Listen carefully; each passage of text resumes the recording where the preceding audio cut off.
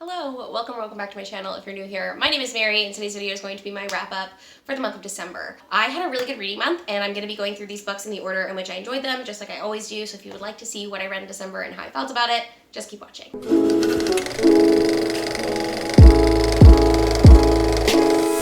Okay, so I have kind of a lot to get through today, so I'm going to go ahead and just get started with the technically worst book that I read this month, or my least favorite of the books that I read this month, but I do want to preface this by saying I didn't have anything below a 3-star this month, so a lot of these books are kind of about average. And so the lowest one that I have on here is The Violin Conspiracy by Brendan Slocum, which was nominated in the mystery thriller category, I believe, for the best books of the year for Goodreads. So the reason that I ended up not liking this book that much, first of all, it's a literary thriller. This is much more literary than I wanted it to be. Also, it had the added flaw in my eyes of being very much about music. I didn't really know that much about what this was about. I read it because it was nominated for the Goodreads Choice Awards and it sounded interesting.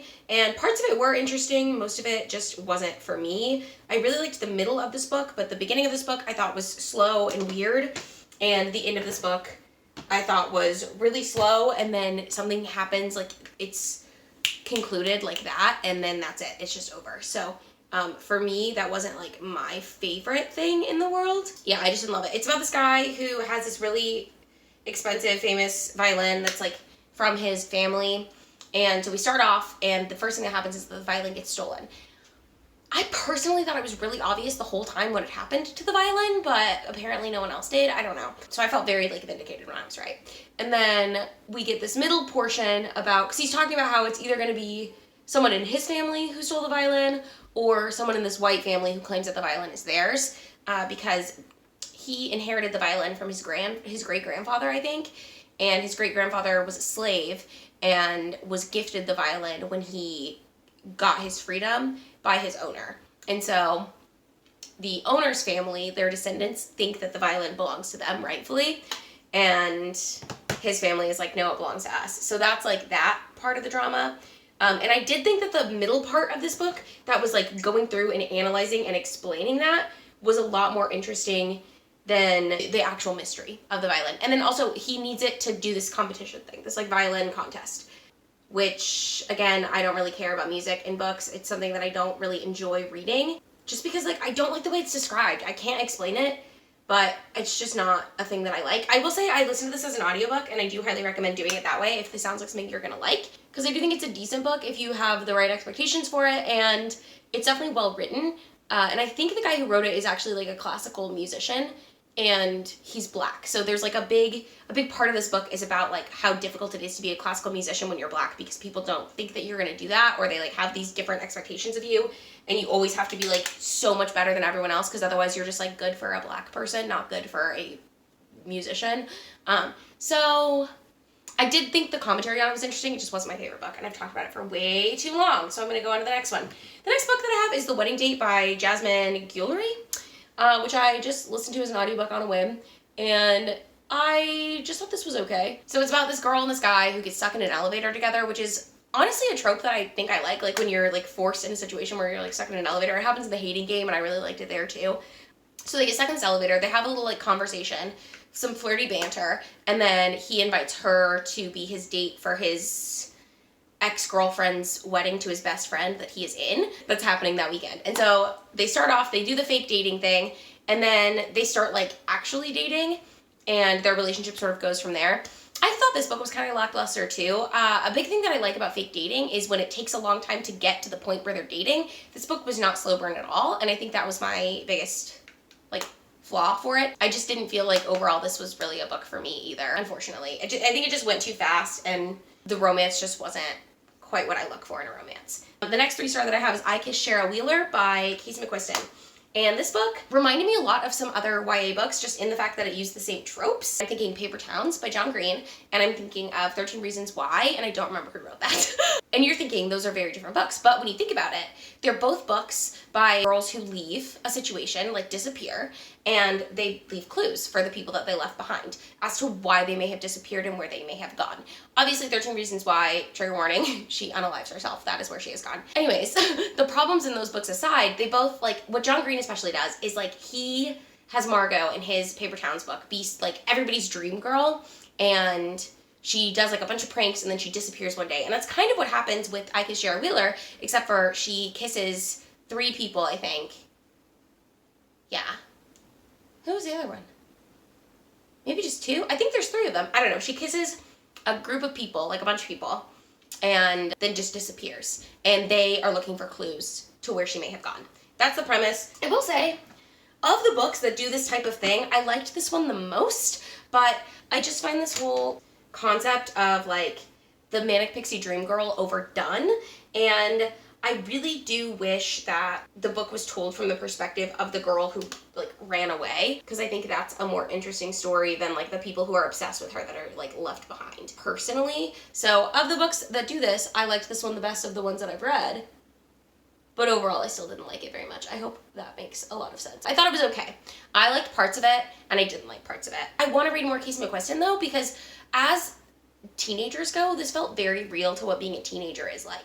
Like, the way the characters were describing how they were feeling about certain situations, and the friendship dynamic, like, because the main girl is so obsessed with finding Shara Wheeler because she kissed her and then disappeared. Talks a lot about, like, how her friends feel kind of left behind because it's the end of their high school careers and they have all these plans to do all these things, and she sort of bails on them because she's doing, like, other things that she, I guess, thinks are more important. That's I Kiss Shara Wheeler. That's how I feel about that. This is taking so long. I'm so sorry.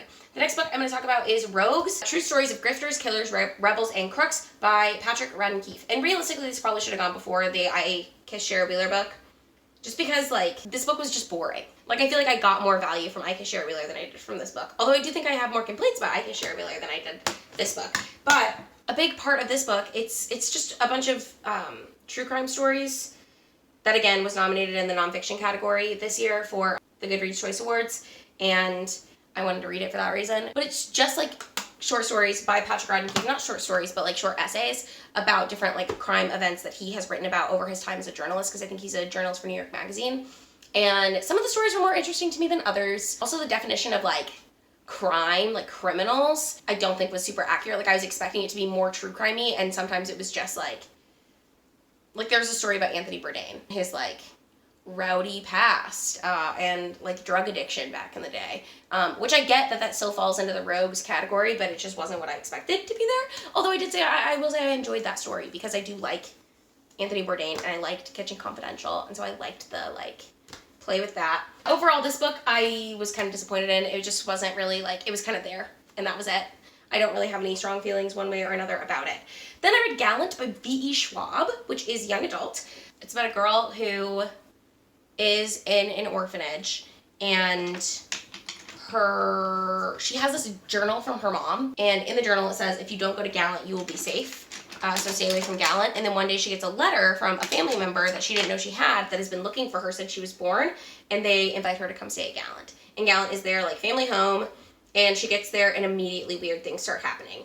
I thought this book was really well written. I really do like V. Schwab's writing style. I really enjoyed the, like, family dynamics. They're real family, but, like, there's a found family element because she hasn't been a part of it for that long. I liked the mystery aspect. I thought what was going on ended up being really cool. But I will say, like, overall, is it, like, amazing, a must read, my favorite thing of all time? No, I thought it was just okay. But, you know, as far as books that are just okay go, I enjoyed it. And then the last 3-star that I have to talk about is The Lost Metal by Brandon Sanderson. This is actually the final book that I finished in 2022. Yay me. I've said this before, but Mistborn Era 2 is not my favorite Brandon Sanderson thing. I'm reading the whole Cosmere. I'm supposed to be reading it in publication date order, and this is the most recently published work. So I skipped a bunch of other stuff and read this instead. But I will go back and, like, read the other Stormlight books and the other novellas and stuff that came out before this. But I finished kind of recently the 3rd book in the second era of Mistborn, and this is the 4th and final of that chapter. and I didn't want to have to like refresh myself in like 8 months when I finally got around to it. So I decided to just read it now. And I'm glad I did, because I did like remember a lot of what had happened. So Mistborn is this world where in the original trilogy, how do I even describe this? So the premise of Mistborn is that you have powers. They're called allomantic abilities, and they're based on metals that you can ingest, and they give you powers. Usually you only have one. If you have all the powers, you are a Mistborn. If you just have one, you are a Misting, I think. And then the events of the first book wrap up, and I think the second era is set like 1,000 years later. And so you get to see how the events that happened in the first trilogy impact society, culture, religion of the world in the second era. And then there's going to be a third era. So the second era is very like steampunky, like there's more technology, they've got electricity. The guys we follow are constables, and they start out in this place called the Roughs, which is kind of like the Wild West. And then they move in back to town. And I don't hate it, but I don't love it. What I will say I appreciate about it is I appreciate the way that it ties together the rest of the Cosmere, because it does tie in a lot of things that happen in the other books. And I'm sure it ties in even more than I know, because I haven't read all of the Cosmere up to this point. So I think it's really cool for that reason, but it's definitely not my favorite Brandon Sanderson thing to come out. I'm glad I read it, but I'm not raving about it. If that makes sense, I hope it does. The next book that I want to talk about is called I Am Margaret Moore by Hannah Capin. And this book, I was back and forth on whether I was liking it or not. I listened to this when I was on an airplane trying to fly to Austin for Christmas, which was a disaster. But I talked about that I do talk about that in a video that should have gone up on Sunday, so you'll see that. Okay, this book is about these 4 girls who go to the summer camp every year. It's like a Navy summer camp, and the whole time something funky is happening. It's described as YA mystery, but like with a paranormal aspect. So I knew what was going on kind of the whole time, and I think you were sort of supposed to. There is a reveal for it, so I couldn't tell if that reveal was actually supposed to be like, oh, I did not know that that's what was going on until you said that. Basically, the whole time you're being told that like last summer something happened, and things aren't the same. They weren't allowed to compete. These like 4 girls weren't allowed to compete in this thing that they always do. I have to go wet my sponge, hold on. But they like, last year they had to get sent home early, and they weren't allowed to do this thing, so you don't really know what's going on and what has happened. You also, what I thought was really interesting about this book is you don't know when it's set. So like, I just assumed it was like present day the whole time, and then it gets to a point where I'm like, oh no, this is definitely not like modern day, which was really like weird to think about, but definitely like purposeful. And I really enjoyed that aspect of it. And I will say, like, at the beginning of this book, I did not know how I was going to feel about it. I thought it was like weird, because it's like very like poetically written, which if you know me, you know that that's not always something that I like or gravitate towards, or like, I don't know, feel comfortable reading. It did take a while for me to like get into it, but once I sort of started realizing what was happening, I thought it was really well done. It's not an all-time favorite book by any means, but it was very cathartic at the ending. I did find the like mystery aspect interesting. And here's the thing about it is, I've noticed this about myself also, like, you sort of know once you know what's going on, you know what's going on, and then you're just waiting for the other shoe to drop. And that's something in a book like this that I really, really enjoy. I just think it's like a very interesting, like when you're just, the intensity is built up because you're just waiting for this thing that you know is going to happen.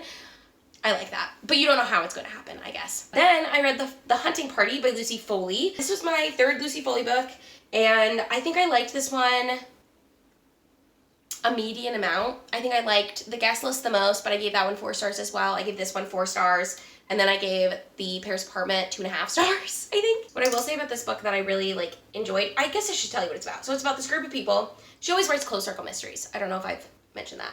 But it's about this group of people who decide to go on vacation. They're like old college friends, and they go on vacation to Scotland. It's a New Year's Eve trip that they do every year, and the main we follow someone from each different perspective, but they're all couples. There's one girl who's single from the group, and there's one guy who is either married or dating a girl who is from outside the group.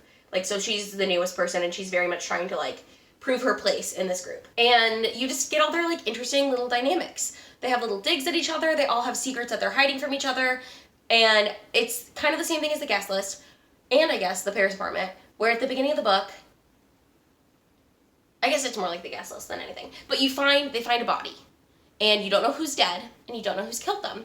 And little things get revealed as you go along about who it might be, like little clues. Like they drop a pronoun at one point, so you know that half the cast is out of who could be dead. I thought it was really interesting, and like I ended up liking the twists and turns, but it's just something about Lucy Foley's writing style is not for me, and like it takes me a long time to get into her stories. And then I also feel like, and maybe this is just her style, but I feel like she writes such mundane conflicts with people that it's almost too mundane and boring for me. So I feel like there's a very fine line for that kind of thing. And for her, I feel like I just find it kind of boring. So I'm always bored for the first portion of her books. And then when things happen, things get like really, they start ramping up and get interesting. But before that happens, I just am not that into it. So that was, again, something that this book suffered from, I think. But I feel like this book got really poor reviews from people who loved the guest list, and I think I liked them about the same. I was more disappointed by the guest list than this one because everyone raved about it, and then I ended up not really, like, thinking it was that great. Like, I thought it was good, but not that great. But then this one, because I had just read The Paris Apartment and really disliked it, I had very low expectations for it, and because I feel like I heard really negative things about it when it came out, I enjoyed it. I thought it was good. The next book I have is You'll Be the Death of Me by Karen M. McManus. And this is actually the first Karen M. McManus book that I have ever read. I've heard really good things about her stuff before, but I'd never actually read any of her stuff. This book was another one that was kind of weird because I feel like the way it started, like I knew it was going to be a mystery thriller, a YA mystery thriller the whole time, probably involving death. But the like tone of the beginning was very much not that. So it basically follows these three kids who, when they were in junior high, they were at a field trip, and they weren't really friends before this happened, but they ended up sneaking out of their field trip together and getting lost in a parade, and then they became friends from that. And in the present day, they're no longer friends because they had like various falling outs over the years, and they just like sort of grew apart. And I think now they're seniors in high school, and they end up together in the parking lot reminiscing about this, and they decide that they're all going to skip school together. So they skip school, they go to Boston, which is the nearby city to them, and spend the day in Boston, and they end up finding a dead body and getting sort of like wrapped up in this crime thing, and they're trying to figure out what has happened because they know the person who has been killed. And so they're trying to figure this out. I thought this was really, really like interesting. I didn't like the beginning very much because, like I said, it took a while to get into it, and it felt very, I don't know, like the tone was off from what I was expecting. But once I did get into it, once things started happening, I really, really enjoyed my time reading this. And I thought that Karen M. McManus did a really, really good job, like actually, I don't know, like acting like teenagers would act. Like I really did feel like all of the teenagers in this book read like teenagers, and I don't think this kind of thing really would happen. It gets a little kooky, but I just thought it was really well done, and I thought the way that she like paced it and plotted it was really interesting, and I really enjoyed it, and I want to read more from Karen M. McManus now. I was pleasantly surprised by that book. Then I'm just going to talk about these really quick. I have the last two in the Romance Book Club series that I ended up reading for that vlog. I will link it. I'm not going to talk about them too much, but I gave one 4 stars, Isn't It Romantic? And I gave the most recent one with Colton Wheeler 5 stars, A Very Merry Bromance. Perfect holiday romance for me. I really enjoyed it. I really liked the couple. I really liked like the plot points. I just thought it was really fun. It was a cute time. I have a vlog where I talk about all of those if you want to watch that. And I read The Children on the Hill by Jennifer McMahon, which I was not expecting to like as much as I actually ended up liking it. This is like sort of a Frankenstein retelling, and I'm not gonna lie to you, again, at first I was not into it. I didn't really understand what was happening, but it follows these kids who grow up and they live with their grandmother, I think, or their aunt or something, and in this big house that's alongside their aunt is like a psychologist at an institution, like a mental institution, and they live there with her. And one day she brings in a new girl and is like, hey, I need you to keep an eye on this girl. She's gonna live with us, but she's had some really traumatic stuff happen to her, so we've gotta like raise her together and keep an eye on her. And then things sort of go from there. I don't wanna ruin anything that happens in this book, but the twist I was not at all expecting, and the way it went was just like so, all of it was so different than I actually thought it was gonna be. We're also following a present day timeline of one of the kids today, and I just thought it was so interesting. I really did. I was like fascinated by that book. Definitely was a very pleasant surprise because I did not think I was gonna like it. So then I have another nonfiction, The Trauma Cleaner, One Woman's Extraordinary Life in the Business of Death, Decay, and Disaster by Sarah Krassenstein. And this is a book, it's nonfiction.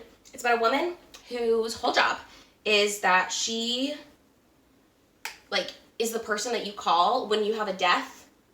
Like if somebody dies in their house and they begin to decay when they find the body 3 days later, she's the one you call who comes and cleans up the house and the decay and all of that stuff. And so it's about her. She's also a transgender woman, and it's about her like life growing up transgender, how she like came to terms with being transgender, like the different relationships that she had, because she was previously like married and had children. But it like talks all about her different relationships and like just her life. And it's just very interesting the way she's like very matter of fact about things and just goes from there. I thought it was really, really fascinating, but I feel like parts of this book left me wanting more, which is kind of unfair because it's the story that this woman was willing to tell, and if she wasn't willing to tell more, then that's that. I just thought it was fascinating. It was something that I'd never read anything quite like that, and to have that be your job, like as a trauma cleaner, that sounds horrible to me, but it was just so interesting the way she like came to that job with such compassion and love, because she also would help people who were like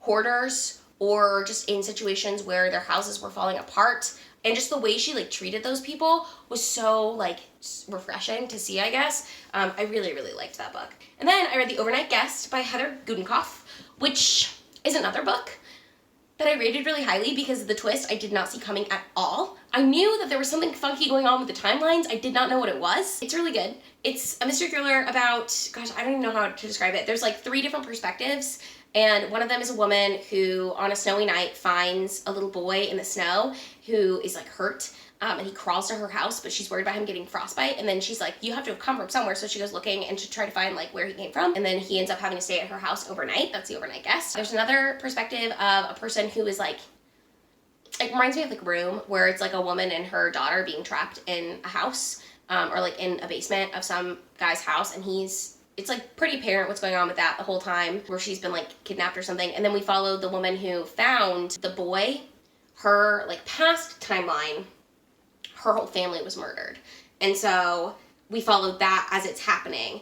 We follow all of that like being divulged. And I will say this book has a trope that I always say I don't like, which is when you get a past and present timeline. In the present timeline, they don't tell you what happened in the past timeline because it's already happened, so they don't discuss it. And in the past timeline, you're only getting bits and pieces until you finally get the big reveal that ends up being the twist of the present timeline.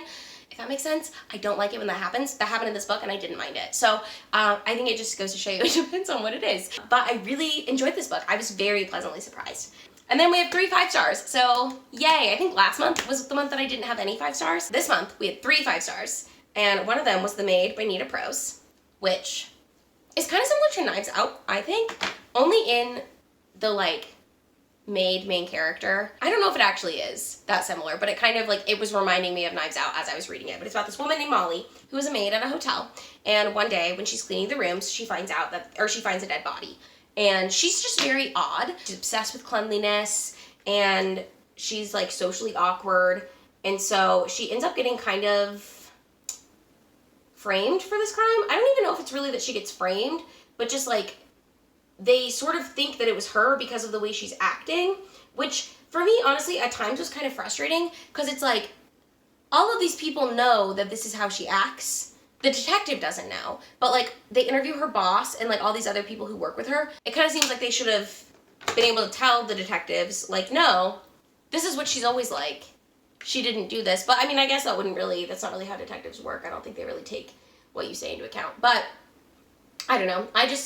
That part was kind of frustrating for me, but I really ended up loving this book. And it had a couple of moments where I was like, oh my gosh, because I thought like, I kept thinking I knew what was happening, and then something would happen and I'd be like, oh, okay. And I mean, I did know some things, but I think there were like 2 or 3 things that I was like, uh-oh, I did not see that coming. So that was fun for me. As much as I like to guess what's going on, I do like being surprised when you can see where the surprise came from. I think that's fun. Another book that I'm shocked that I liked, but I actually ended up loving, that I gave 5 stars, is All the Ugly and Wonderful Things by Bryn Greenwood. And here's the thing I'll say about this book. It is an age gap, like dark romance. It's about this girl, right? And she has a terrible home life. Her parents are like into making meth. She's got all this stuff. Her name's Wavy, and she ends up meeting this man who works with her dad, or like sort of is like a runner for him. So he like runs drugs. I think he's like 19 or 20 when she meets him, and she's like 8. I don't know how old he is, to be honest, but he's like a grown man. She's a child. She's 8, and he ends up being the one who takes care of her. And so it's sort of their like romance. I heard people say, the reason I ended up picking up this book, because it sounded gross to me, I heard people say that nothing happens between them until she's of age. Not true, my friends. That is not true. So I felt like really gross a lot of the time while reading this book, but like, I don't really want to like give anything away or spoil anything, but there's something about it that was just like, it was so well written. It was like watching a car accident, but you like couldn't look away. I don't know. And I did really love like the way it ends up at the end, because you do like follow Wavy through her like adulthood, and it's really interesting seeing her like talk about her like family, and it's a very found family story. It's very much about like love and protection and what like a child needs in a like parental role. I don't even know how to describe this without like spoiling anything or I like sobbed reading this book. I genuinely like did not think that it was going to affect me the way that it did, but I really, really loved it. And then my favorite book of the month that I read was My Dark Vanessa by Kate Elizabeth Russell. Are we seeing a theme, I guess, which is about a woman, Vanessa, and it's told in 2 timelines for her. So in the present day timeline, her teacher has been accused of like sexual misconduct with a student. Her like old teacher, he was her English teacher when she was in high school. And she had a relationship with him when she was in high school. So that's the like past timeline that we follow. We follow her relationship with him, and we see it through her 15-year-old eyes, and then we see her as, I think she's like 32 or 33 in the present day timeline. And it's her coming to terms with the fact that the relationship that she had with that teacher was not a loving, consensual relationship. It was like her being abused, because she did not think of it that way at the time or ever after. And so it's about like all of these allegations coming to light against her old teacher, and her having to like deal with what it means for herself, which I personally thought was very powerful, and I really, really enjoyed. I thought I would like that book. I liked it way more than I thought I would, so I was very pleasantly surprised with that one. But that is the last book that I'm going to talk about, so I'm going to finish getting this ready. Also, I'm going to put on mascara because I look like a crazy person, and then I will come back and do the intro and outro for this video. And that's it. Those are the 17, I think, books that I read in the month of December. If you've read any of these, let me know how you felt about them in the comments down below. Also, let me know what your favorite book of December was. And if you would like to stay tuned to see my favorite books of the year and my least favorite books of the year and all of that, actually, least favorite books was already posted. So if you want to see what I hated this year and what I DNF'd, that video was the last video you saw before this. But don't forget to subscribe to my channel before you go so that you can see my upcoming videos, because I do have a lot of fun end of the year wrap-up stuff planned for the rest of January. But I will see you in another video very soon. Bye!